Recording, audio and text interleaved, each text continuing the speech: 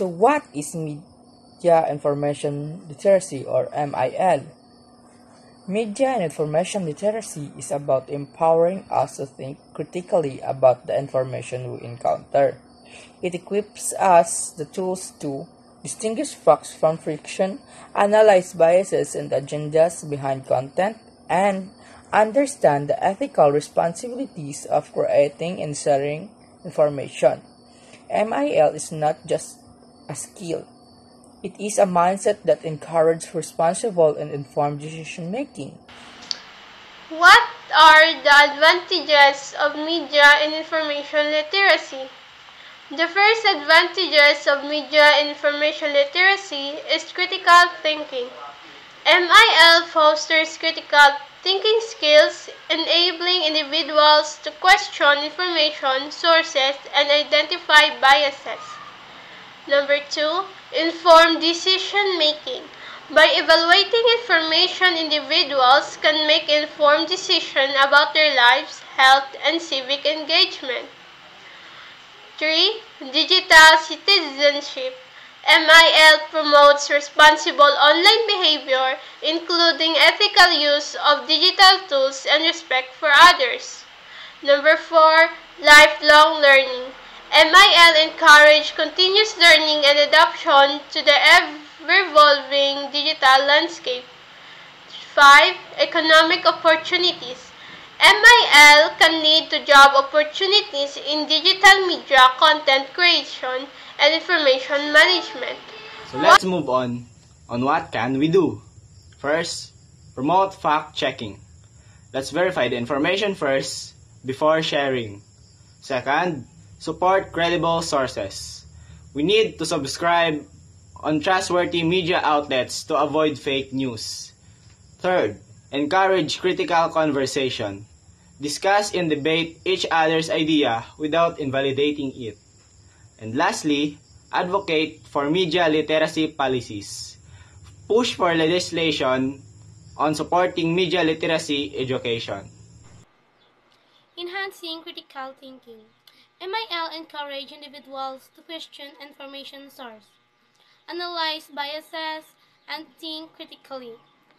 Fostering digital literacy.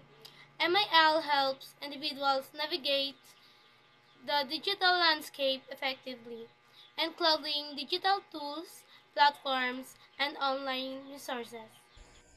As a student, I have learned a lot in media information literacy to grow my skills in editing and enhance my ability to identify the different types of media, to know on how to properly use the types of text and understand the meaning of every element in media.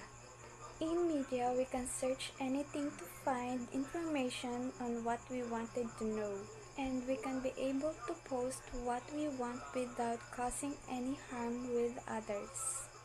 Also, in media information literacy, we are able to communicate with others and develop our knowledge and ability. Sometimes the information have false or misleading. That's why we need to be careful to post or to share some information to other people because it will cause so much trouble. The MIL is to be a responsible citizenship in our society. We need to be responsible in our posting through online and be a responsible citizenship in our society. Information is at our fingertips, but the ability to discern fact from fiction is more crucial than ever. Digital literacy empowers individuals to navigate the vast expanse of the internet with confidence and critical thinking. By equipping ourselves with the skills to evaluate information sources, identify biases, and verify claims, we can become information and responsibly digital citizen.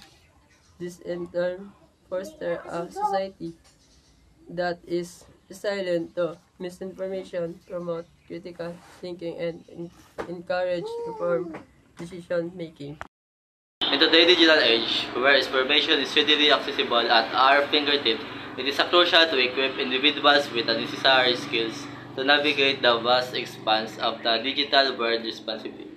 Media information literacy, or MIL, empower individuals to critically analyze, evaluate, and create information. By promoting MIL, we can foster a society that is informed, discerning, and ethical in its use of media information.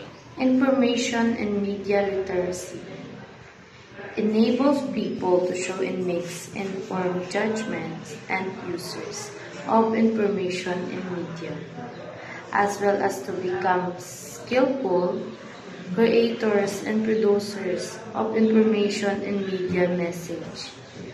MIL is a combination of information literacy and media literacy. The transformative nature of MIL includes creative works and creative new knowledge. To publish and collaborate responsibly requires ethical, cultural, and social understanding. Through my media and information literacy MIL course, I built a profound understanding of the intricate relationship between media information and society. I've learned to search, evaluate information sources, discern from faction, and navigate the digital landscape responsibly.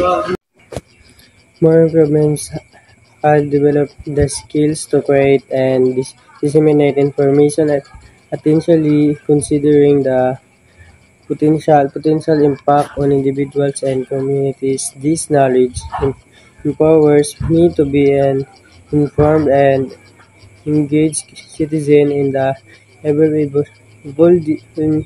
evolving media landscape.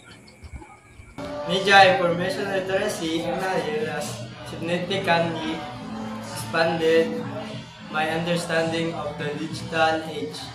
It's learning to navigate the vast experience of information enabled online with